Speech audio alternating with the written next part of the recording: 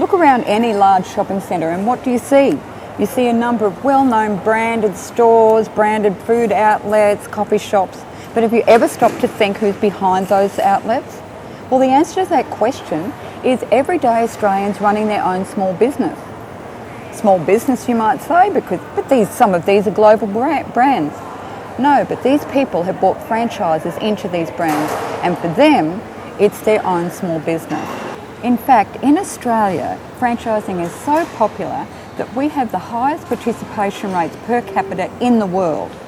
Not only that, franchise businesses also contribute 55% of all retail and service sales in Australia, and franchise businesses employ over 700,000 Australians every year. So franchising is a big deal in Australia.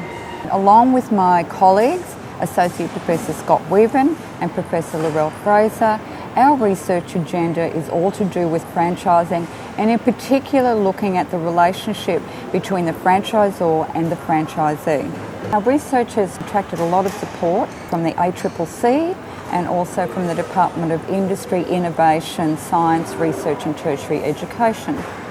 Originally, our research agenda started with looking at the causes of conflict in franchising, because these can be very detrimental to both the franchisee and the franchisor as well, and can often end up in litigation.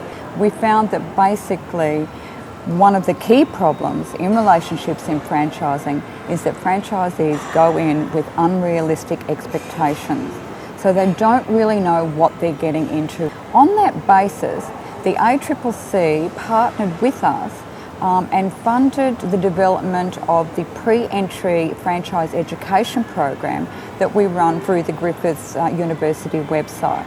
Now, this is a free program. Prospective franchisees can come and online to this program and undertake modules that cover things like the franchising contract, intellectual property, leasing in terms of shopping centre leasing and rentals, franchisor and franchisee conflict, dispute resolution, and a number of other topics. We ran an experimental design which involved surveying a group of people who had done the pre-entry education program and a group of people who hadn't done the program. Across a number of issues that we measured, there were significant differences between the two groups, with the pre-entry education group coming up with much more realistic expectations with regards to their experience in franchising. Hence, when they entered the franchising agreement, their satisfaction levels were a lot higher and the relationships between franchisor and franchisee were a lot healthier. Overall, the project appears to be doing a great job in educating franchisees before they take that big step and invest a lot of their savings into franchising.